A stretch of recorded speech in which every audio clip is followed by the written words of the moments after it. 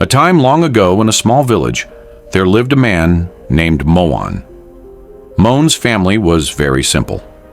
They had a small house, and he worked day and night to earn a living. Although Mohan lived a modest life, his heart was big. He was always ready to help others. Everyone in the village appreciated his honesty and kindness. Mohan had a habit of helping anyone in need while working in the fields. If a hungry dog came by, he would feed it from his tiffin without a second thought. If a traveler was hungry, he would even give away his own food. His wife Sunita was often upset by this. She would say, "Because of your generosity, our kitchen is always empty. You should think about yourself too." But Mohan would smile and reply, "Sunita, a hungry stomach is the worst enemy if we can help someone. Why shouldn't we? God sees everything." One afternoon, while Mohan was resting at home, an old sage called out from the door. His voice was weak, as if he was very tired and hungry. Suna heard him peeked through the window and muttered, "Now he's here too. Looks like the kitchen will be empty again." Mohan ignored her words and walked toward the door. When he opened it, he saw the sage, thin-tired, his clothes dirty, and his face covered in sweat. Mohan immediately invited him in. "Baba, please sit here. I'll bring you some water." He went inside, brought a lot of water, and offered it to the sage. The old man drank it slowly and let out a sigh of relief. A sense of peace appeared on his face. The sage said, "Son, I haven't eaten in 2 days. If you could offer some food, I'd be truly grateful."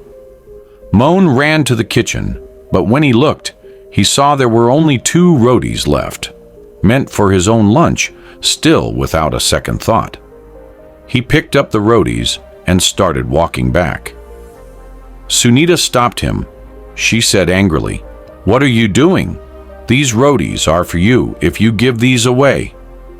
"What will you eat?" that sage can ask at someone else's house. "But where will we go to?" begged Mohan. Listened carefully, then said softly, "A hungry stomach doesn't wait. This Baba hasn't eaten in 2 days. If we don't feed him, what will happen to him?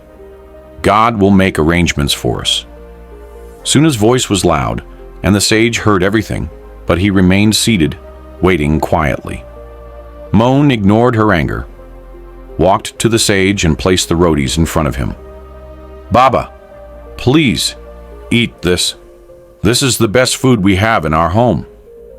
The sage said nothing. He was so hungry that he ate silently. Then he drank water and sat in peace after some time. When the sage stood up to leave, he called Mohan to him from his bag. He took out a shining golden bowl and handed it to Mohan. Mohan was surprised. "Baba, I can't take this. This belongs to you." The sage smiled and said, "Son, keep it last week. A king gave me this bowl as arms, but I have no use for it. I was searching for someone worthy of it, and today I found you." He continued, "This is the result of your good deeds. Always remember, karma is true dharma. You helped without expecting anything in return. Keep doing good deeds. God always rewards us when the time is right. Your kindness and selfless actions will bring peace and happiness not only to you, but also to your family. Keep this bowl with you and use it wisely, but don't let it change your goodness."